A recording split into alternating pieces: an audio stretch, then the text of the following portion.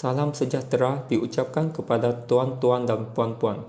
Saya penolong kanan kokurikulum lantikan dalaman dari SJKC Yakti ingin menyampaikan perkongsian tentang program peningkatan penyertaan kokurikulum dan koakademik sekolah saya. Sebelum itu, mari kita lihat data-data penyertaan sekolah dalam kokurikulum dan koakademik pada tahun-tahun lepas. Pada tahun 2018, sekolah telah menghantar sebanyak 15 penyertaan dalam peringkat daerah dan 3 penyertaan dalam peringkat negeri iaitu dalam pertandingan Karnival Bahasa Melayu SJKC. Pada tahun 2019 pula, sekolah hanya menyertai 6 penyertaan peringkat daerah dan 2 penyertaan peringkat negeri dalam pertandingan Dista. Pada tahun 2020, sekolah telah menghantar 13 penyertaan dalam peringkat daerah, 5 penyertaan peringkat negeri dan 4 penyertaan peringkat kebangsaan. Untuk makluman tuan, penyertaan peringkat negeri dan kebangsaan bertambah pada tahun 2020 adalah disebabkan kebanyakan pertandingan dilaksanakan secara online. Kebanyakan penyertaan adalah secara terus tanpa saringan di peringkat awal. Penyertaan pada tahun 2019 tidak memberangsangkan kerana kebanyakan latihan atau bimbingan di sekolah tidak dipertandingkan ketika itu. Bagi bidang sukan dan olahraga pula, pada tahun 2018, sekolah telah menghantar 16 penyertaan dalam peringkat daerah dan 1 telah berjaya untuk mewakili daerah ke peringkat bahagian dalam pertandingan bola sepak. Pada tahun 2019 pula, sekolah menghantar 17 penyertaan dalam peringkat daerah sahaja. Tiada penyertaan bidang sukan atau olahraga pada tahun 2020 akibat daripada tindakan kerajaan menutup sekolah dan melarang sebarang perjumpaan bersemuka semasa itu. Walaupun latihan dan persediaan untuk pertandingan bola jaring dan pertandingan menimbang bola sepak telah dijalankan, pihak sekolah terpaksa membatalkan penyertaan kerana video tidak dapat dirakam ketika itu.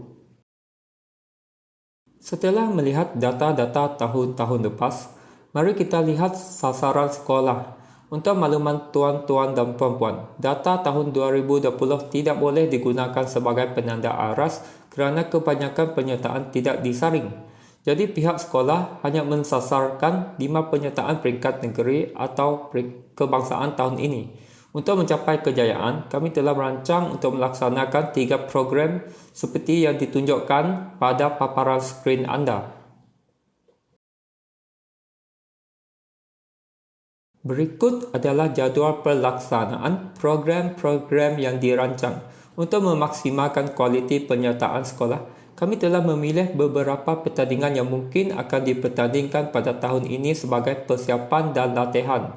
Untuk makluman, program-program ini belum dapat dijalankan kerana latihan bersemuka pada waktu petang masih belum dibenarkan. Program ini tidak dijalankan pada waktu pagi bagi menjaga MMI dan kepentingan program akademik yang telah dirancang pada masa itu.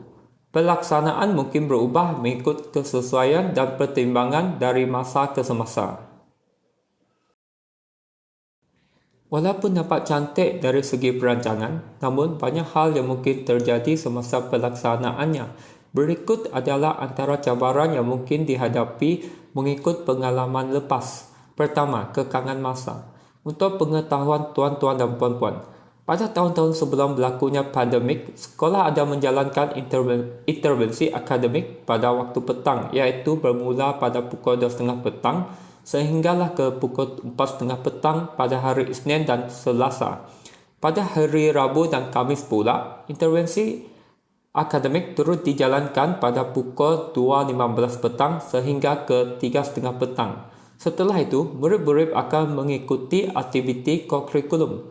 Intervensi akademik ini turut dijalankan pada hari Jumaat iaitu lebih kurang bermula pada pukul 1.30 sehingga pukul 3.45 petang. Kami terpaksa memula latihan olahraga setelah intervensi akademik dijalankan iaitu kira-kira pukul 4.30 petang sehinggalah ke pukul 5.30 petang. Dan latihannya hanya 1 jam. Oleh itu, kami terpaksa menjalani latihan dalam keadaan tergesa-gesa.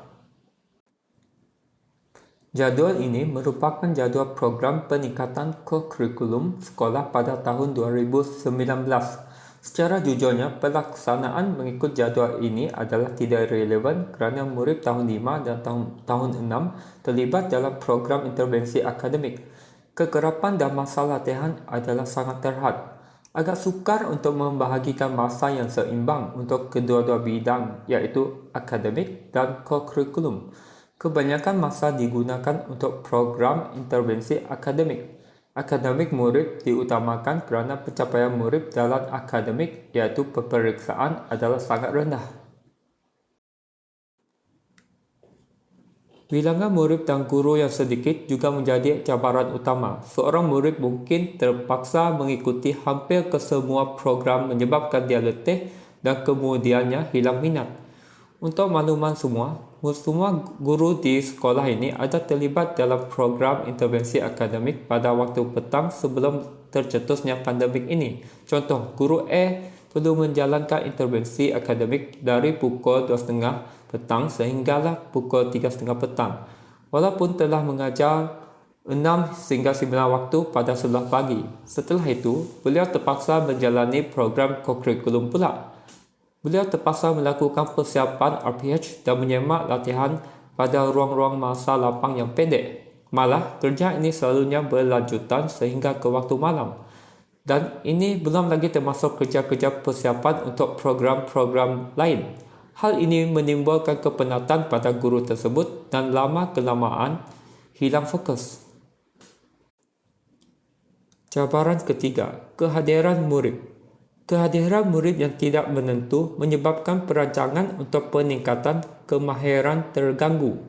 Contoh situasi yang pernah berlaku. Murid B merupakan seorang yang berpotensi dalam olahraga, tetapi murid B sering tidak hadir. Hal ini menyebabkan perkembangan kemahiran murid tersebut terbantut. Alasan ibu bapa adalah tiada orang menghantar atau membawanya pulang setelah program. Cabaran keempat, kekurangan kepakaran guru.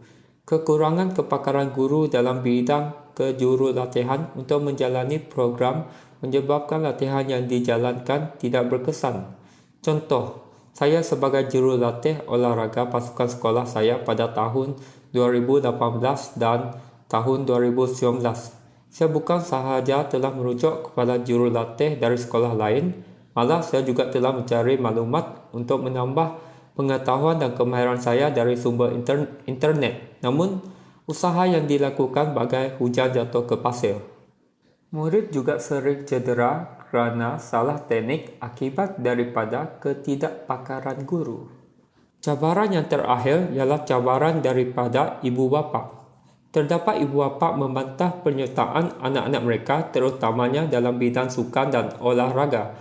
Hal ini disebabkan ibu bapa tidak ingin melihat anak-anak mereka susah semasa latihan dijalankan. Contoh, berjemur di bawah matahari untuk latihan berentas desa dan lain-lain.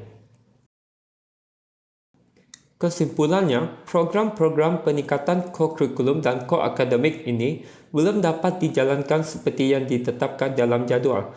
Program-program ini turut akan mengalami pengubahsuaian dari masa ke semasa mengikut keadaan. Kami juga berharap program-program ini dapat membantu sekolah dari segi prestasi kurikulum. Sekian, terima kasih.